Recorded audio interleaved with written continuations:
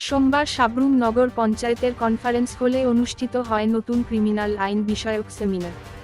এই সেমিনারে উপস্থিত ছিলেন সাবরুম নগর পঞ্চায়েতের চেয়ারপারসন রমা পোদ্দার দে, প্রাক্তন বিধায়ক শঙ্কর রায়, সাবরুম নগর পঞ্চায়েতের ভাইস চেয়ারম্যান দীপক দাস, সাবরুম নগর পঞ্চায়েতের প্রাক্তন ভাইস চেয়ারম্যান শান্তিপ্রিয় ভৌমিক, সাবরুম থানার ওসি অপু দাস সহ সমাজের বিভিন্ন অংশের মানুষরা।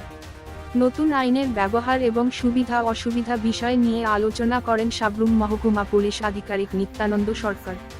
সমাজের বিভিন্ন স্তরের যেমন সমাজসেবী, শিক্ষক, ব্যবসায়ী, অ্যাডভোকেট সহ বিভিন্ন ক্ষেত্রের মানুষদের নিয়ে এই আলোচনা সভা হয়। মূলত কোন কোন আইন পরিবর্তন হয়েছে তা তুলে ধরেন এসডিপিও নিত্যানন্দ সরকার।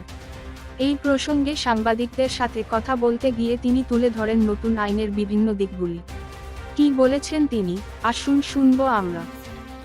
আজকে আমরা 1 তারিখ থেকে যে ভারতের যে নতুন আইন যেটা মেজর অ্যাক্ট চালু হয়েছে সেগুলি আমরা আজকে থেকে কার্যকরী করতে যাচ্ছি। তো সেখানে আগে যে আইপিসি সেকশন ছিল, আইপিসি ছিল বা ইন্ডিয়ান পেনাল কোড, সেটা আজকের দিনে এটা চেঞ্জ হয়ে ভারতীয় ন্যায় সংহিতাতে পরিবর্তন হয়েছে। যেমন আগে সিআরপিসি ছিল, সেটা আজকের দিনে পরিবর্তন হয়ে যে নতুন আইন যেটা 2023 সালে যেটা ডিসেম্বর মাসে চালু হয়েছে, সেটাতে বলা হয়েছে ভারতীয় নাগরিক সুরক্ষা সংহিতা।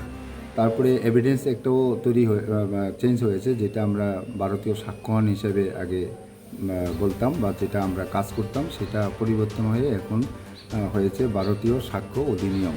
তো এই আইনগুলি যে আজকের থেকে চালু হবে, তো তার জন্য একটা জানান দেওয়ার জন্য, সবাইকে বোঝানোর জন্য যে কী পরিবর্তন এসছে, আমরা একটা সেমিনার আয়োজন করেছি সাবরুম থানার আন্ডারে আজকে নগর পঞ্চায়েত হলে। এখানে যারা উপস্থিত আছেন, যেমন আমরা অনেককে ইনভাইট করেছি, যারা এলাকার প্রধান, উপপ্রধান, তারপরে আমাদের নগর পঞ্চায়েতের চেয়ারপারসন, কাউন্সিলর, বিভিন্ন স্কুলের মাস্টার, হেডমাস্টার এবং মাস্টার মশাইগণ, তারপরে বাজার কমিটির লোকজন, বিভিন্ন এলাকাবাসী এবং যারা আইনের সঙ্গে যুক্ত আছে তাদেরকে আমরা রিসোর্স পার্সন হিসেবে এখানে এনেছি।